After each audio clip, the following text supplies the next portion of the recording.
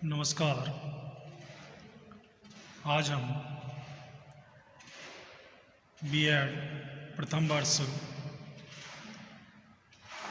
Third paper learning and teaching अधिगम और शिक्षण विषय के अंतर्गत आवश्यकता, अंतर्निहित, प्रोत्साहन और अभिप्रेरकों में अंतर का अध्ययन करेंगे। Difference between need, drives, incentives and motives. इससे पहले कल के व्याख्यान के अंतर्गत हमने अभिप्रेरणा की प्रकृति, नेचर ऑफ मोटिवेशन का अध्ययन किया। वास्तव में अभिप्रेरणा के संबंध में बहुत से शब्द उपयोग किए जाते हैं, जैसे क्षुधा, आवश्यकता, अंतर्निहित और अभिप्रेरक। हम अंतर्निहित शब्द का उस समय प्रयोग करते हैं जब शरीर की आवश्यकताओं से उत्पन्न हमें मानसिक तनाव की अनुभूति होती है। जैसे जब भोजन की कमी होती है तो भूख लगती है, या पानी कमी से प्यास लगती है। इस प्रकार अंतर्निहित के अंतर्गत हम भूख, प्यास इत्यादि को रख सकते हैं। अतः हम कह सकते हैं कि अंतर्निहित आवश्यकता से उत्पन्न होती है और प्राणी को कार्य करने के लिए अग्रसर करती है। वातावरण का वह तत्व जो एक अंतर्निहित को संतुष्ट करता है, उसे प्रोत्साहित करते हैं। उदाहरण के लिए भूख की अंतर्निहित के लिए भोजन प्रोत्साहन करते हैं। भोजन से हमारी भूख संतुष्ट होती है, इसीलिए इसे हम एक प्रोत्साहन कहते हैं। अभिप्रेरक में आवश्यकता और अंतर्निहित के साथ साथ लक्ष्य के भाव का और समावेश किया जाता है। इसका तात्पर्य यह है कि जब व्यक्ति में आवश्यकताएं और अंतर्निहित सक्रिय है और उसमें एक लक्ष्य की ओर कार्य करने का भाव है, तो इस अवस्था को अभिप्रेरक या मोटिव्स की संज्ञा देते हैं। इस प्रकार हम कह सकते हैं कि अभिप्रेरक के आवश्यक ढंग जो हैं वो निम्नलिखित हैं कि आवश्यकता और अंतर्निहित जो व्यक्ति में सक्रियता उत्पन्न करती है, उद्देश्य प्राप्ति की ओर व्यवहारों की दिशा का नियंत्रण, उद्देश्य प्राप्त कर लेने के बाद क्रियाओं का अंत। अब जानते हैं प्रोत्साहन और अभिप्रेरणा। हमारे विद्यालयों में बालकों को अनेक प्रकार के पुरस्कार दिए जाते हैं, जैसे इनाम, अध्यापक द्वारा शाबाशी, कक्षा में मित्रों द्वारा स्वीकृति इत्यादि। बालकों से आशा की जाती है कि वे इन पुरस्कार इत्यादि को प्राप्त करने की चेष्टा करेंगे। यही पुरस्कार प्रोत्साहन कहलाते हैं।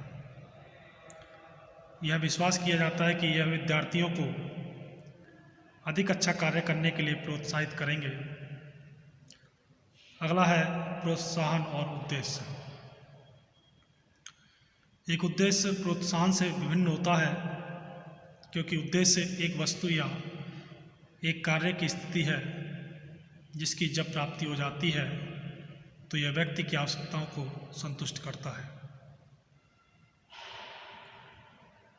जबकि एक प्रोत्साहन व्यक्ति की आवश्यकताओं को संतुष्ट कर सकता है या अथवा नहीं, फिर भी कुछ दशाओं में उद्देश्य और पुरस्कार दोनों समान हो जाते हैं। उदाहरण के लिए एक भूखा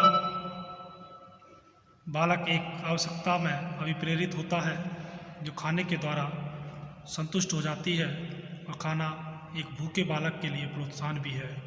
किंतु जटिल प्रकार के अभिप्रेरकों के साथ ऐसा नहीं है। जैसे स्वीकृति की आवश्यकता की संतुष्टि अनेक प्रकार से हो सकती है, क्योंकि अनेक उद्देश्य उसको संतुष्ट कर सकते हैं। एक पुरस्कार उद्देश्य के रूप में नहीं खोजा जा सकता। पुरस्कार द्वारा स्वीकृति खोजी जा सकती है एक अच्छी नौकरी प्राप्त करने के लिए अथवा प्रेमिका का आदर प्राप्त करने के उद्देश्य के लिए। हम संक्षेप में कह सकते हैं कि एक उद्देश्य और एक प्रयोजन में अंतर कक्षा के कमरे की और विशेष रूप से ध्यान देकर इस प्रकार वर्णन कर सकते हैं। उद्देश्य वह है जो बालक खोजता है, प्रोत्साहन वह है जो शिक्षक प्रदान करता है। उनमें आपस में संबंध हो चाहे ना हो। अब बात करते हैं कि अभिप्रेरणा और सीखना, मोटिवेशन एंड लर्निंग। अभिप्रेरणा सीखने की प्रक्रिया और परिणाम दोनों को प्रभावित करती है। अभिप्रेरित शिक्षार्थी सीखने की प्रक्रिया में सक्रिय रूप से भाग लेते हैं। उनके सीखने की गति तीव्र होती है। उनका सीखना भी अपेक्षाकृत अधिक स्थायी होता है। एंडरसन ने इस तथ्य को बड़े संक्षिप्त रूप में अभिव्यक्त किया है। उनके शब्दों में, सीखने की प्रक्रिया सर्वोत्तर रूप में आगे बढ़ेगी यदि वह अभिप्रेरित होगी। Learning will proceed best it motivated. वहीं स्किनर के अनुसार अभिप्रेरणा सीखने का राजमार्ग है। Motivation is the super highway to learning. हम सभी जानते हैं कि सीखने का उच्चतम लक्ष्य होता है अधिकतम निष्पत्ति। मनोवैज्ञानिक वुडवर्थ ने कहा कि सीखने की प्रक्रिया द्वारा अधिकतम निष्पत्ति तभी संभव है जब सीखने वालों में सीखने की योग्यता के साथ अभिप्रेरणा भी हो। इस समीकरण जो लिखा हुआ है, निष्पत्ति अचीवमेंट बराबर योग्यता एबिलिटी और प्लस अभिप्रेरणा मोटिवेशन, कि सीखने वाले में सीखने की जितनी अधिक योग्यता होगी और वह सीखने के लिए जितना अधिक अभिप्रेरित होगा, सीखने की प्रक्रिया का परिणाम उतना ही अधिक अच्छा होगा और स्थायी भी होगा। अभिप्रेरणा सीखने की प्रक्रिया और परिणाम को किस प्रकार प्रभावित करती है? अभिप्रेरणा शिक्षार्थी में सीखने के लिए उत्सुकता पैदा करती है। अभिप्रेरणा व्यक्ति में एक ऐसी ऊर्जा उत्पन्न करती है जो उसे निर्धारित उद्देश्य संबंधी लक्ष्यों की प्राप्ति की ओर अग्रसर करती है और उससे निर्धारित उद्देश्य संबंधी लक्ष्यों की प्राप्ति हेतु आवश्यक कार्य करने की ओर ढकेलती है। अभिप्रेरणा शिक्षार्थी को सीखने के लिए निरंतर क्रियाशील रखती है। इसका कार्य व्यक्ति को क्रिया विशेष करने की ओर ढकेलना ही नहीं होता, अपितु यह उसमें एक ऐसी ऊर्जा पैदा करती है कि वह निरंतर क्रियाशील रहता है। अभिप्रेरणा द्वारा शिक्षार्थी अपनी मानसिक योग्यताओं से कहीं अधिक उपलब्धि प्राप्त करते हैं।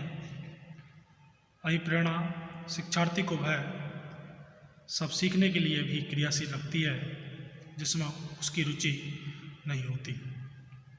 जैसे यदि गणित की विद्यार्थी गणित में रुचि नहीं है परंतु वह इंजीनियर बनने के लिए भी प्रेरित है, तो वह गणित की समस्याओं को हल करने में क्रियाशील रहेगा। इन तथ्यों से साफ जाहिर होता है कि अभिप्रेरणा शिक्षार्थियों को सीखने में अवदान रखने में बहुत सहायक होती है, चाहे उसमें रुचि हो अथवा ना हो। रुचि के अभाव में अवधान बनाए रखना अभिप्रेरणा की सबसे बड़ी देन होती है। अभिप्रेरित शिक्षार्थी सीखने की क्रिया में तब तक क्रियाशील रहता है जब तक कि वह नहीं सीख लेता जो उसके उद्देश्य प्राप्ति के लिए आवश्यक है। अभिप्रेरणा द्वारा शिक्षार्थियों को न केवल विषयों का ज्ञान सरलता से कराया जा सकता है, अपितु कौशलों का प्रशिक्षण भी सरलता से दिया जा सकता है। अच्छी आदतों के निर्माण और वास्तविक अनुशासन की स्थापना में भी अभिप्रेरणा की अहम भूमिका होती है। बस आवश्यकता होती है उचित अभिप्रेरकों के प्रयोग की। प्रशंसा एवं पुरस्कार जैसे अभिप्रेरकों द्वारा उन्हें अभिप्रेरित करने की। अभिप्रेरणा द्वारा बच्चों को गलत रास्ते से हटाकर सही रास्ते पर लगाया जा सकता है और उनका चरित्र निर्माण किया जा सकता है, जो शिक्षा का एक उद्देश्य होता है। इस कार्य में प्रशंसा और निंदा और पुरस्कार एवं दंड जैसे अभिप्रेरक बड़े प्रभावी सिद्ध होते हैं। अभिप्रेरणा द्वारा छात्रों को समाज सेवा और राष्ट्रहित के कार्यों की ओर अग्रसर किया जा सकता है। इस हेतु समाज सेवक और देशभक्तों के प्रसंग अभिप्रेरक का कार्य करते हैं। निष्कर्षतः रूप में अगर कहा जा सकता है कि अभिप्रेरणा शिक्षार्थियों को वह सब सीखने में सहायक होती है जो हम उसे सिखाना चाहते हैं। अभिप्रेरित शिक्षार्थी सरलता से सीखते हैं और अपनी क्षमताओं से अधिक सीखते हैं। शिक्षकों को इनका प्रयोग अवश्य करना चाहिए। तो ये था आवश्यकता, अंतर्निहित, प्रोत्साहन और अभिप्रेरकों में अंतर। Difference between need, drives, incentives and motives. धन्यवाद।